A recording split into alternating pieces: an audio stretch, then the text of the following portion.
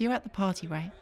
And there's this girl in the corner with another girl on a leash, with the puppy ears on, standard stuff.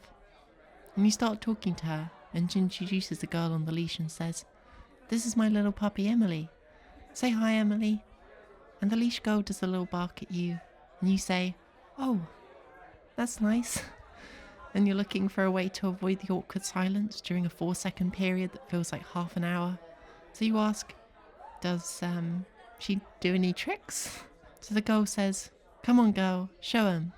And the puppy girl gets up, pulls out a skateboard, and starts doing the sickest kickflips you ever saw. Whoa! Sick! Cool! Where did you get that skateboard? We want to acknowledge that, yes, this was the Tumblr post that the human bet guy responded to, but we don't think we're ready to open that can of worms just yet. Quirked up puppy girl with a little bit of wag bust it down doggy style. Is she cuted with the paws?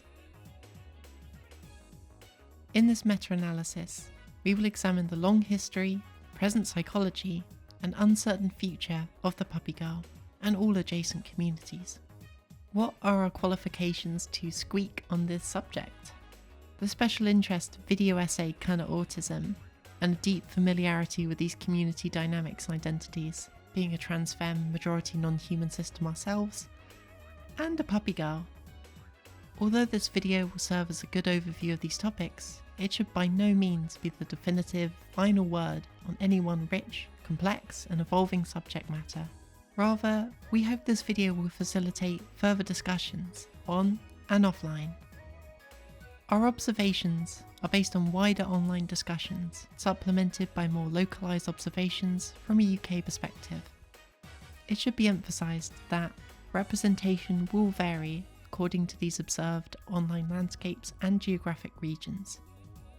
In real life, we've observed a roughly even distribution of puppy boys, puppy girls, and to a slightly lesser degree, puppy MBs, bearing in mind that the broader categories these identities may fall under, such as trans masks, trans femmes, and MBs, for example, often considerably overlap.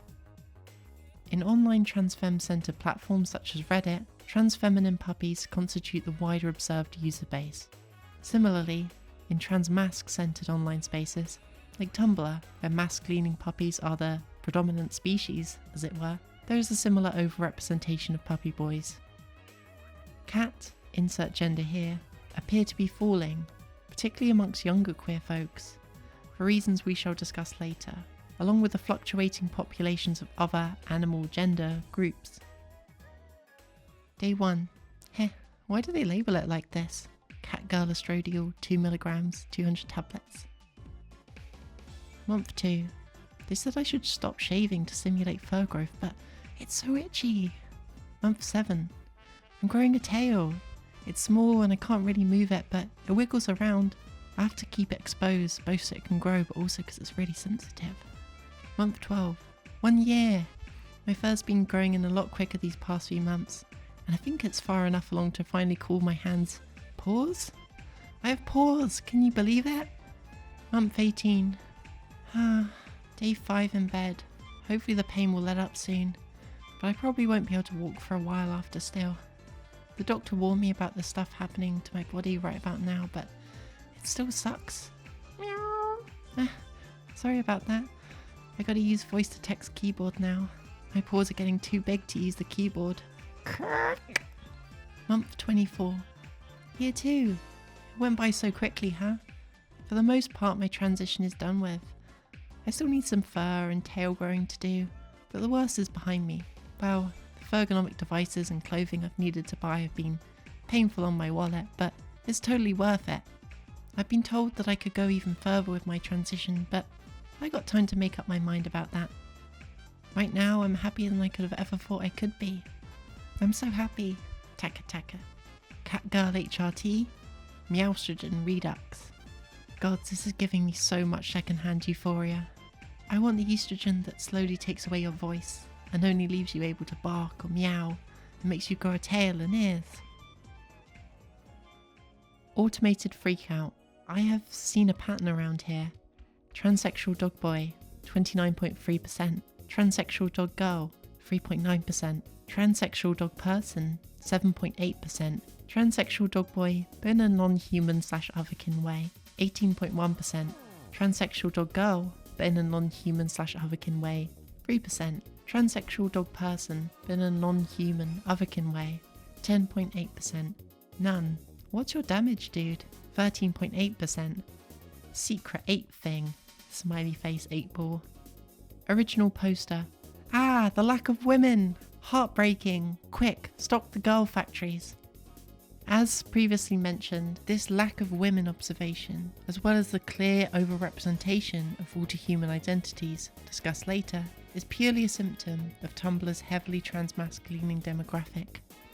Not wanting to throw any shade to the puppy boys of Tumblr, and we know how shady it gets down there on #puppyboy, y'all are depraved. But we conjecture that this user may have chosen the term for its shock value rather than any specific cultural meaning here, seeing as in the tag, transsexual is used interchangeably with transgender.